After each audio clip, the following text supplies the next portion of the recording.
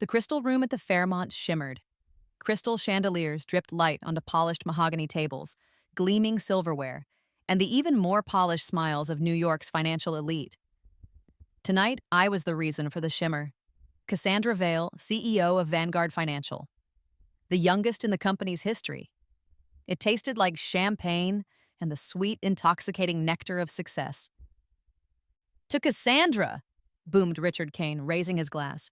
His smile didn't quite reach his eyes.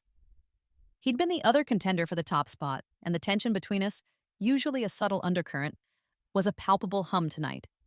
To Cassandra, the room echoed, a chorus of well-wishers, colleagues, rivals, and, as I would soon learn, at least one murderer. I smiled, a genuine, unrestrained smile. Thank you all. I couldn't have done it without the incredible team at Vanguard. We're going to achieve great things together. Daniel Holt, my best friend since college, squeezed my shoulder. You deserve it, Cass. You've worked harder than anyone I know. His smile was warm, supportive, the kind that had always made me feel safe. Or so I thought. Elena Cross, my sharp, ambitious assistant, caught my eye. Congratulations, Cassandra. You're an inspiration. Her words were perfect, but there was a flicker of something else in her gaze. Envy? Resentment? I dismissed it. We were all a little competitive in this world. The room buzzed with conversation, laughter, the clinking of glasses. I moved through it, shaking hands, accepting congratulations, basking in the glow of my achievement. This was it. The culmination of years of relentless work, of sacrifices, of playing the game. And I'd won. Later, as the formal dinner wound down, we gathered for a final toast. Daniel poured me a glass of champagne from a newly opened bottle. To your reign, Cassandra, he said, his eyes meeting mine. May it be long and prosperous. To my reign, I echoed, raising my glass. The champagne tasted different, sharper, with a faint metallic tang. I frowned slightly, but dismissed it. I was probably just imagining things. Then the room started to spin. A wave of nausea crashed over me, followed by a searing pain in my chest.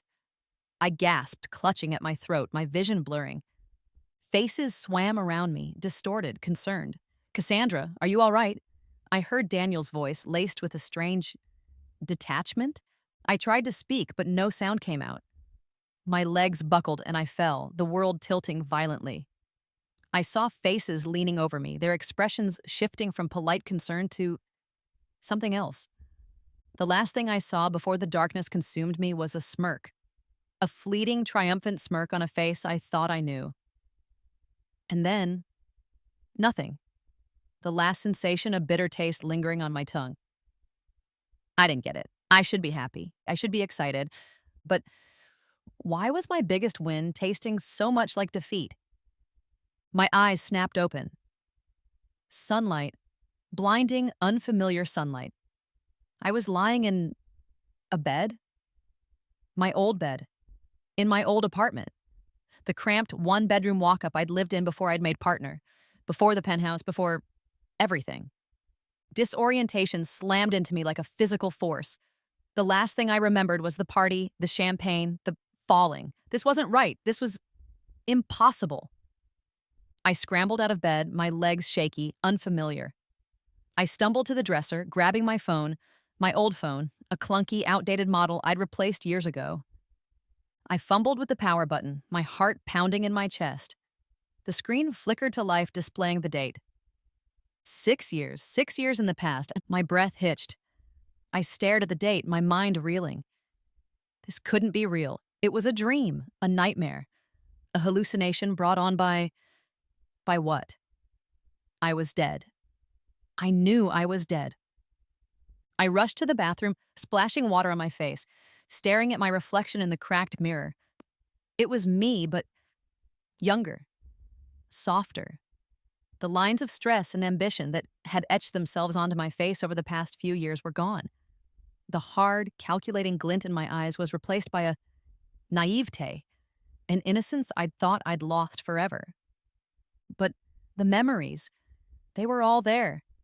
The party, the champagne, the poison, the betrayal, the smirk. I sank to the floor, my back against the cold tile, my mind racing. I'd been given a second chance. A chance to relive the past 6 years, knowing what I knew now, knowing who my enemies were. The initial shock, the sheer impossibility of it all, began to fade, replaced by a cold, hard determination. I wouldn't waste this. I wouldn't make the same mistakes. I wouldn't be caught off guard again. This time, I wouldn't be the victim. This time, I'd be the hunter. 6 years, I whispered to my reflection, a chilling smile playing on my lips. 6 years to plan, 6 years to prepare, 6 years to make sure that you are the one who ends up dead. The first few days were a blur of frantic research and piecing together fragmented memories.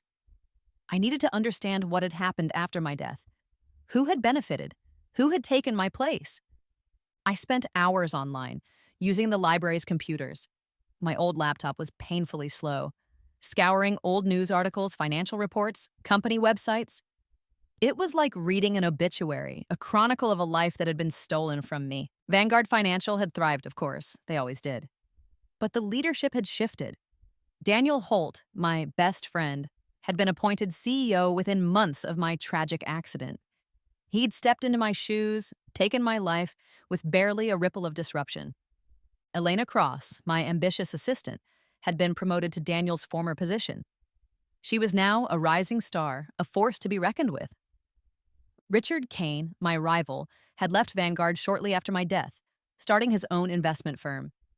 He was doing well, very well, fueled by a ruthless ambition that I now recognized with chilling clarity. They were all suspects. Daniel, with his easy charm and hidden ruthlessness. Elena, with her quiet ambition and unwavering loyalty. To whom exactly? Richard, with his open hostility and cutthroat tactics. But it could have been someone else. Someone I'd overlooked. Someone who'd played a longer, more subtle game. I couldn't rule anyone out. I started a mental list, adding names, jotting down notes, piecing together the puzzle of my own murder. It was a macabre game of Clue, with my own life as the prize. My plan, at this stage, was simple. Play along. Re-enter Vanguard, resume my old life, act as if nothing had changed. Be the old Cassandra, the naive, ambitious, trusting Cassandra. Let them think they'd gotten away with it. But beneath the surface, I would be different. I would be watching, listening, learning. I would be gathering evidence, identifying weaknesses, exploiting vulnerabilities. I would be building my own fortress, amassing my own power, preparing for the day when I would finally strike back. I knew I couldn't simply repeat my past actions. I had to change my strategy, become someone they wouldn't recognize, someone they wouldn't suspect. I had to be smarter, faster, more ruthless. I closed my eyes, the image of that fleeting smirk burned into my memory. I didn't know who it belonged to yet, but I would. I would find them, and I would make them pay. "You thought you could kill me," I whispered, the words a vow, a promise, a curse. "You thought you could erase me. You were wrong. I'm back, and this time, I'm coming for you." The chilling determination in my own voice surprised even me. This was going to be a long 6 years. Walking back into Vanguard Financial felt like stepping into a time capsule. The sleek, modern lobby, the hushed murmur of activity, the scent of expensive coffee and ambition. It was all exactly as I remembered it, except I was different. I was a ghost in my own past, a predator in sheep's clothing. "Cassandra, you're back!" The receptionist, a bubbly blonde named Sarah, not the same Sarah, greeted me with a wide smile. "We missed you. How was your vacation?" "It was enlightening," I replied, my voice carefully neutral.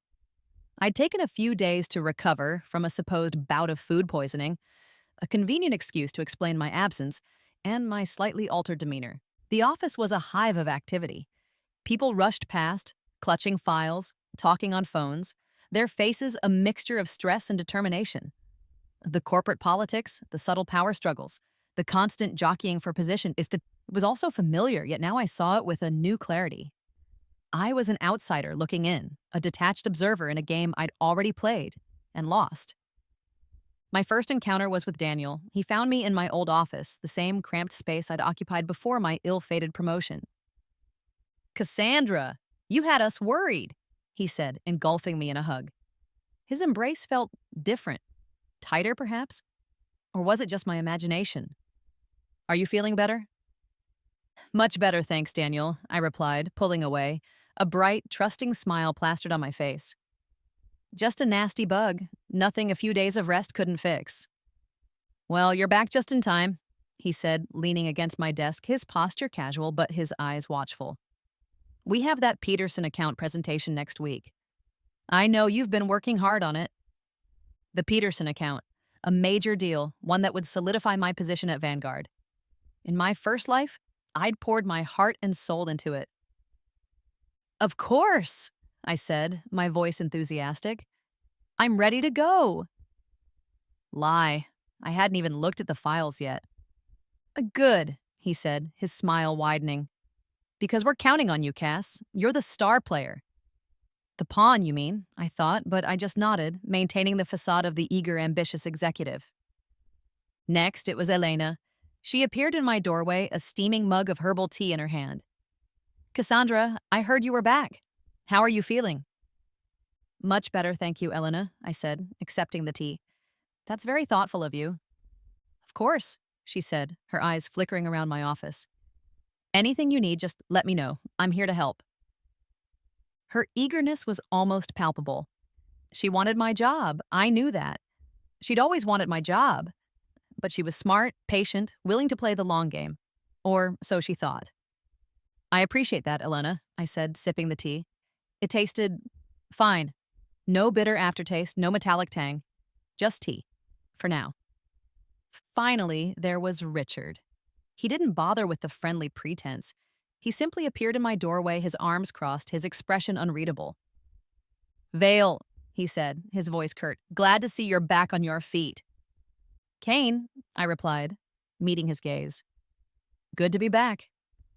Don't get too comfortable, he said, a hint of a sneer playing on his lips. This is a competitive business.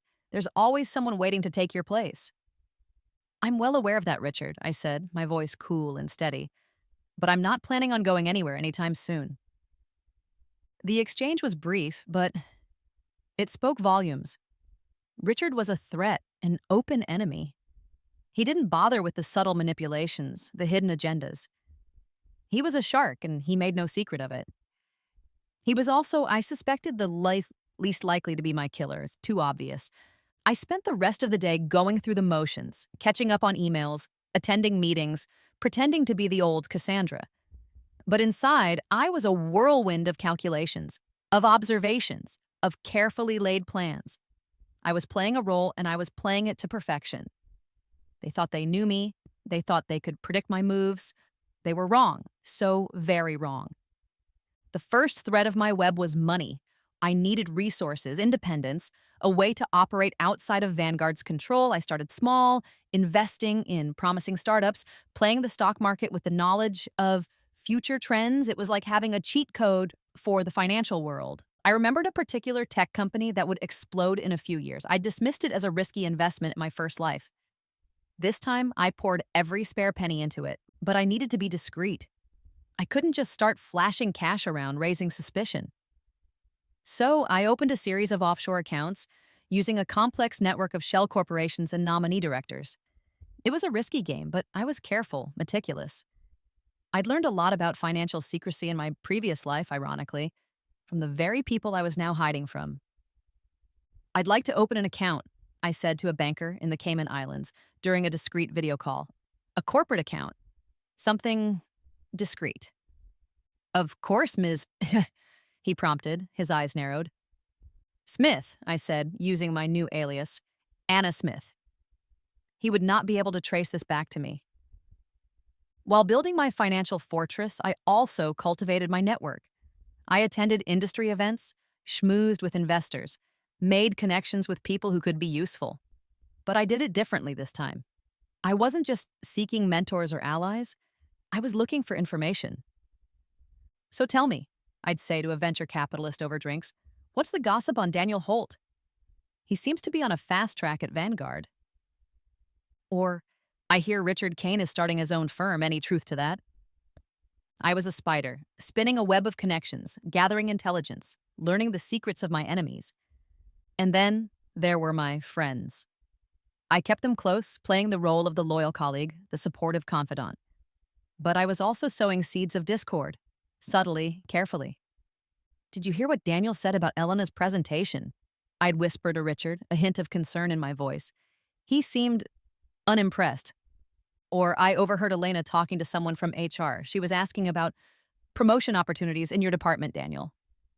Little whispers, innocent observations, designed to fuel their existing rivalries, to amplify their paranoia. I was playing them against each other, turning their ambition, their greed, their insecurities into weapons. I watched them, these people I'd once trusted, these people who had, in one way or another, contributed to my death. I watched them scramble for power, backstab each other, undermine each other, all while I, the harmless Cassandra Vale, smiled and nodded and offered words of encouragement. It was a dangerous game, a high-wire act.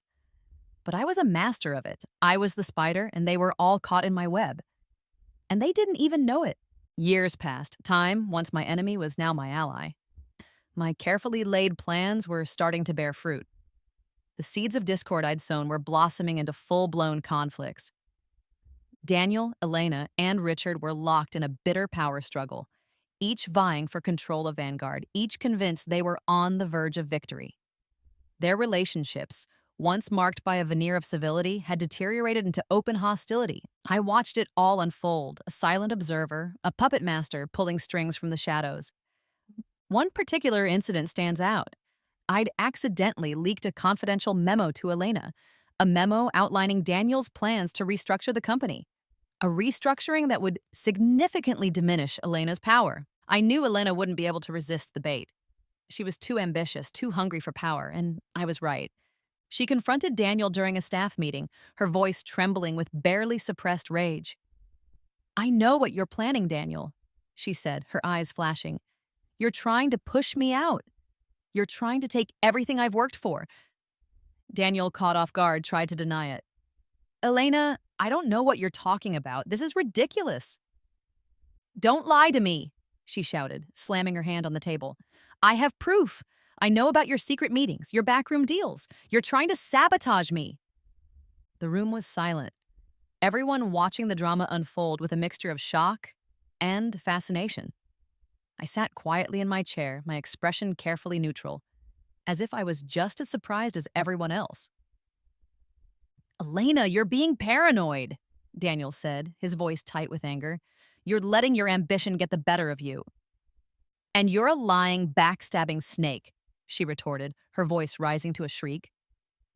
The meeting dissolved into chaos, with accusations flying, alliances shifting, and the fragile fabric of Vanguard's corporate culture tearing apart. I watched it all, a faint smile playing on my lips. It was working. They were destroying each other just as I'd planned. After the meeting, I made a point of approaching both Daniel and Elena separately, offering words of support, playing the role of the concerned colleague. "Daniel, I'm so sorry about that," I said, my voice filled with sympathy. "Elena can be difficult, but I'm sure you can handle it." "Elena, I know you're upset," I said, placing a comforting hand on her arm. "But you can't let Daniel get to you. You're stronger than that." I was pouring gasoline on the fire, fueling their animosity, ensuring that the conflict would continue to escalate. As the years went by, I became more ruthless, more calculating, more like the people I was hunting. I justified my actions as necessary, as the only way to survive, the only way to achieve my ultimate goal: revenge. But sometimes I'd catch a glimpse of myself in the mirror, and I'd see a stranger staring back at me. A woman hardened by betrayal, consumed by a thirst for vengeance. But I couldn't stop. I wouldn't stop. Not until I'd achieved my goal, not until I'd made them pay. The night of my promotion was approaching, the night of my death. This time, I was ready. This time, I would be the one holding all the cards, and I was going to play them with a vengeance.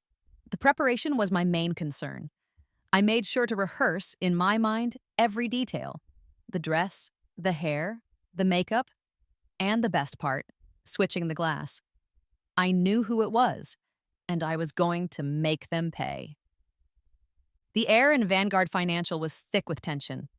The date of the CEO announcement, The anniversary of my death was fast approaching. Everyone knew it was between me and Richard officially, but the undercurrents, the whispers, they were all about Daniel, Elena, and the increasingly fractured alliances within the company. Daniel had become more arrogant, more openly ambitious. He was dropping hints about big changes coming, about cleaning house. He thought he had it in the bag. He thought I was his biggest supporter. Elena, on the other hand, was a nervous wreck. She'd lost weight, her eyes were constantly darting around, she jumped at every sudden noise. She knew Daniel was gunning for her, and she was desperately trying to shore up her defenses. Richard, as always, was the enigma. He'd become even more withdrawn, more secretive. He was playing his own game, and I suspected he had his own plans for the future of Vanguard, plans that didn't include me, Daniel, or Elena. They were all circling each other, like sharks smelling blood in the water, and I was the one stirring the pot. My final play against Daniel was subtle, almost elegant. I knew he'd been having secret meetings with a few key board members trying to secure their votes. He was promising them positions, promotions, a share of the spoils. I accidentally discovered evidence of these meetings: a carelessly discarded email, a misplaced agenda, a whispered conversation overheard in the hallway. I made sure this evidence fell into Elena's hands. "Elena," I said, my voice filled with feigned concern, "I found this in the printer room. I think you should see it." I handed her the printout, a copy of an email from Daniel to one of the board members, outlining his plans for a company restructuring. Elena's name was conspicuously absent from the list of proposed promotions. Her face went white. He's going to betray me," she whispered, her voice trembling. "I'm so sorry, Elena," I said, my voice soft and sympathetic. "I thought you should know." Of course, the email was a forgery, carefully crafted by me to exploit Elena's insecurities and fuel her paranoia. But she didn't know that. All she saw was proof of Daniel's treachery. Daniel, meanwhile, was growing increasingly confident. He believed he had the board's support, that the CEO position was his. He even started to treat me with a condescending familiarity, as if I were already his subordinate. "Cassandra," he said, a few days before the announcement, "I've been thinking about your role in the new structure. I see you as head of special projects. It's a good fit for your talents." "Special projects?" I repeated, my voice carefully neutral. It was a dead-end position, a way to sideline me without actually firing me. "Yes," he said, smiling smugly. "It's a chance for you to shine, in your own way." "I appreciate that, Daniel," I said, forcing a smile. "You're very thoughtful." Internally, I was seething. He thought he'd won. He thought he could control me, manipulate me, discard me. He was about to learn how wrong he was. He had sealed his fate, walked right into the crosshairs, but there will be collateral damage. They always are. But everyone made their choices and aligned their fates. The night of the promotion party arrived, a grotesque echo of the night I'd died. The same crystal room at the Fairmont, the same opulent decorations, the same champagne flowing freely, the same smiling faces, hiding the same treacherous hearts, and I wore a dress that was almost identical to the one I'd worn 6 years ago. A deliberate choice, a subtle taunt to my killer. I'd even styled my hair the same way. I was a ghost, walking among the living. I moved through the room, playing the role of the gracious nominee, accepting congratulations, exchanging pleasantries. But my eyes were constantly scanning, observing, analyzing. Daniel was in his element, holding court, surrounded by sycophants. He was radiating confidence, arrogance, a certainty that the night would end with his triumph. He didn't even bother to hide his disdain for me anymore. Elena was a nervous wreck, her eyes darting around the room, her smile strained. She was clearly expecting something to happen, but she didn't know what or when or from whom. Richard was aloof, detached, watching the scene unfold with a cynical amusement. He was a wild card, and I knew I couldn't completely control him. But I'd factored him into my plans. As the time for the announcement approached, I saw him, Daniel. He moved towards the bar, ordering a bottle of champagne, the same brand we'd had 6 years ago. He poured 2 glasses, his back to the room. My heart pounded in my chest. This was it, the moment of truth. He turned, holding the two glasses, and walked towards me. His smile was wide, triumphant. Cassandra, he said, his voice smooth and confident. A toast. To your future. He handed me one of the glasses. I took it, my hand steady, my eyes locked on his. To the future, I echoed, my voice calm and even. I raised my glass, mirroring his movements. But as he brought his glass to his lips, I made my move. A subtle shift of my weight, a slight bump of my arm against his. "Oh, I'm so sorry," I exclaimed, feigning clumsiness. The champagne sloshed, spilling onto his hand, onto his suit. He flinched, cursing under his breath. "Let me get you a napkin," I said, reaching for a cloth on a nearby table.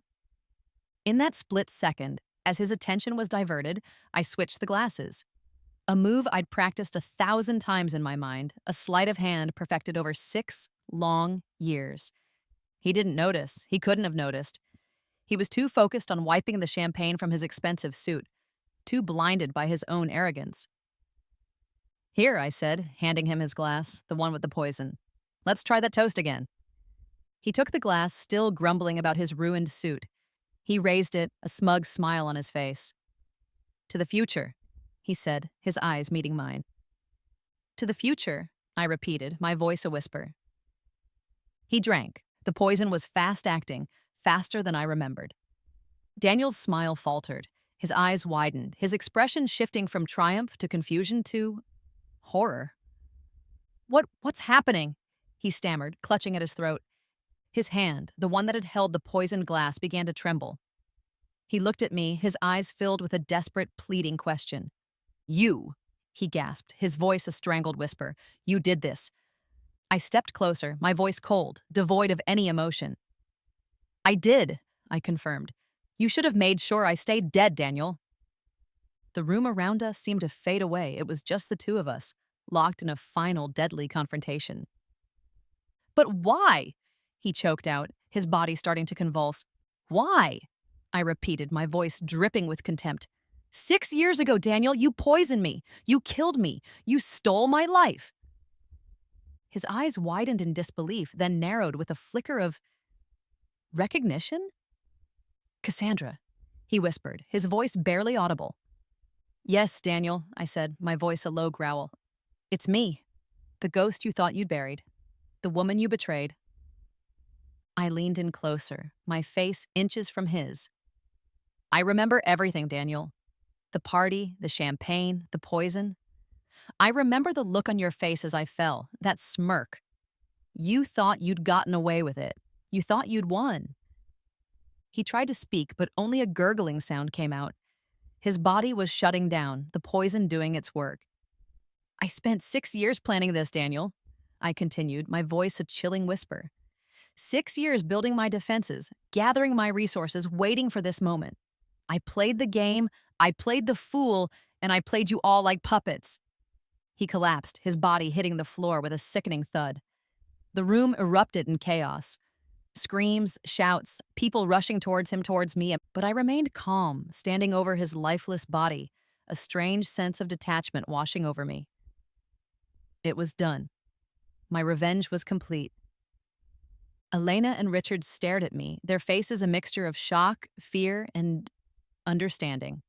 They knew. They finally knew. The police arrived, sirens wailing, lights flashing. They questioned everyone, took statements, gathered evidence. But I wasn't worried. I'd planned for this. I'd planted evidence, subtle clues that pointed to Daniel's guilt. The forged emails, the planted documents, the whispered rumors. It all added up to a picture of a man driven by ambition, willing to do anything to get ahead, even murder. I watched as they took Daniel's body away, as they questioned Elena and Richard, as the chaos slowly subsided.